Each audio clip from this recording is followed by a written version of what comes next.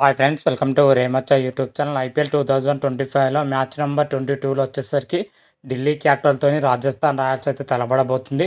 ఈ మ్యాచ్లో వచ్చేసరికి ఇరు జట్ల యొక్క ప్లేయింగ్ లెవెన్ ఎలా ఉంటుంది, ఈ విధంగా ఉంటుంది. మ్యాచ్ ఎక్కడ జరగబోతుంది, ప్రజెంట్ పాయింట్ టేబుల్లో చూసుకుంటే ఇరు జట్లు ఎలా ఉన్నాయి, ఏ విధంగా ఉన్నాయి, అదేవిధంగా మ్యాచ్ ప్రిడిక్షన్ ఏ విధంగా ఉండబోతున్న వాటి గురించి పూర్తి డీటెయిల్ తెలుసుకునే ముందు మా ఛానల్ అయితే సబ్స్క్రైబ్ చేసుకోండి. పక్కన ఉన్న బెల్ ఐకాన్ మాత్రమే క్లిక్ చేసి పెట్టుకోండి. ఫర్దర్గా మేము వీడియోలో అప్లోడ్ చేసాం మీకు నోటిఫికేషన్ వస్తుంది.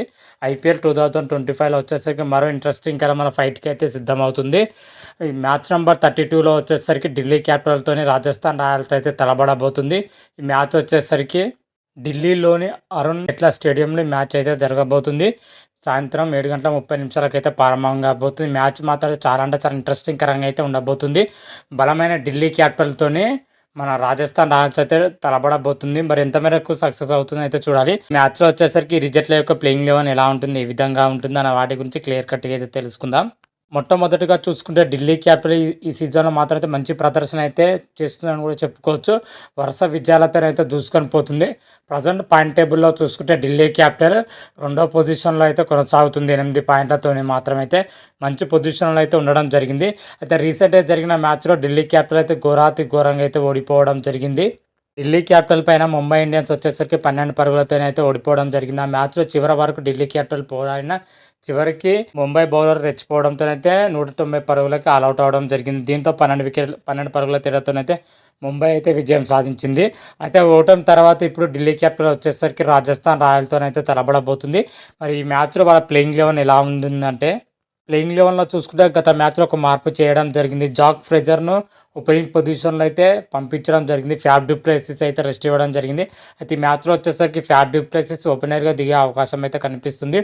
ఓవరాల్గా ఒకసారి చూసుకుంటే Faf du Plessis, Abhishek Porel, Karun Nair, KL Rahul, Tristan Stubbs, Axar Patel, Ashutosh Sharma, Vikram Nigam, Mitchell Starc, Kuldeep Yadav, Mukesh Kumar, Mohit శర్మతో కూడిన ప్లేయింగ్ లెవెన్ అయితే ఉండబోతుంది. ఓవరాల్గా ప్లేయింగ్ లెవెన్లో చూసుకుంటే అటు బ్యాటింగ్లో కానీ బౌలింగ్లో కానీ చాలా స్ట్రాంగ్ ఉందని చెప్పుకోవచ్చు. ఢిల్లీ క్యాపిటల్ మాత్రం అయితే ఖచ్చితంగా స్ట్రాంగ్ టీం.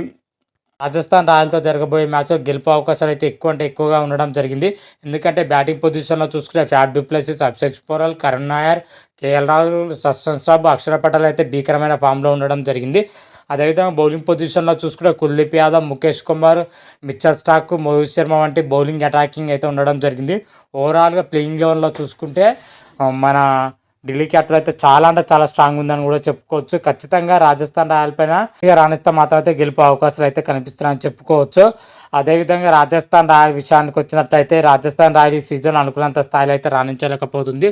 పూర్తిగా విఫలం అవుతుందని చెప్పుకోవచ్చు. అనుకున్నంత స్థాయిలో అయితే వాళ్ళు రాణించలేకపోతున్నారు. వరుస ఓటములతోనైతే సీజన్లో అయితే చాలా డీలా పడిందని చెప్పుకోవచ్చు. రాజస్థాన్ రాయల్ ప్రజెంట్ పాయింట్ టేబుల్లో చూసుకుంటే 8వ పొజిషన్లో అయితే ఉండడం జరిగింది 4 పాయింట్లతోటి. ఓవరాల్గా 6 మ్యాచ్లు ఆడి 2 మ్యాచ్లు గెలిచిన 4 మ్యాచ్లో ఘోరంగా అయితే ఓడిపోవడం జరిగింది. ఓవరాల్గా చూసుకుంటే రాజస్థాన్ రాయల్ మాత్రం అయితే అనుకున్నంత స్థాయిలో అయితే రాణించలేకపోతుంది. గత 2 మ్యాచ్లు వరుసగా అయితే ఓడిపోవడం జరిగింది. ఢిల్లీ క్యాపిటల్తో జరగబోయే మ్యాచ్ ఎలా రాణిస్తాయి, ఏ విధంగా రాణిస్తాయి అయితే చూడాలి. అంతకుముందు మ్యాచ్ వచ్చేసరికి ఆర్సీబీ చేతిలో 9 వికెట్ల తేడాతో అయితే ఘోరంగా అయితే ఓడిపోవడం జరిగింది.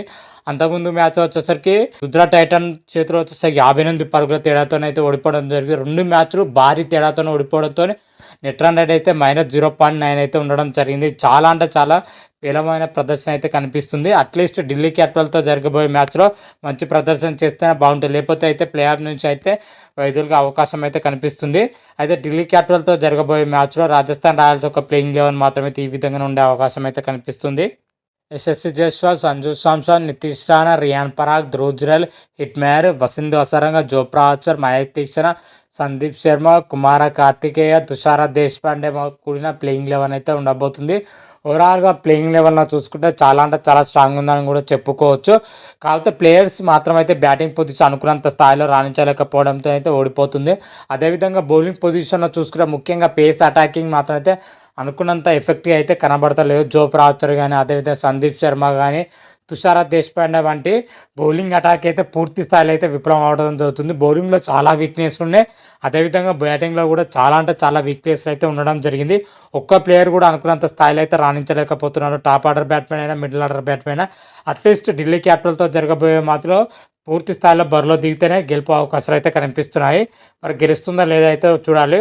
ఓవరాల్‌గా 2 టీములు కంపేర్ చేస్తే రాజస్థాన్ రాయల్ కంటే ఢిల్లీ క్యాపిటల్ అయితే చాలా అంటే చాలా స్ట్రాంగ్ ఉండడం జరిగింది. అన్ని విభాగాల్లో మాత్రం అయితే. అయితే ఈ మ్యాచ్ వచ్చేసరికి ఢిల్లీలోని అరుణ్ జైట్లీ స్టేడియంలో ఈ మ్యాచ్ అయితే జరగబోతుంది. అంటే పిచ్ రిపోర్ట్ వచ్చేసరికి పిచ్ మాత్రం అయితే పూర్తిగా బ్యాటింగ్‌తో పాటు బౌలింగ్ కూడా అనుకూలించే అవకాశం అయితే కనిపిస్తుంది. అయితే టాస్ గెలిచిన టీం మొదటగా అయితే బ్యాటింగ్ ఎంచుకునే అవకాశం ఉంది.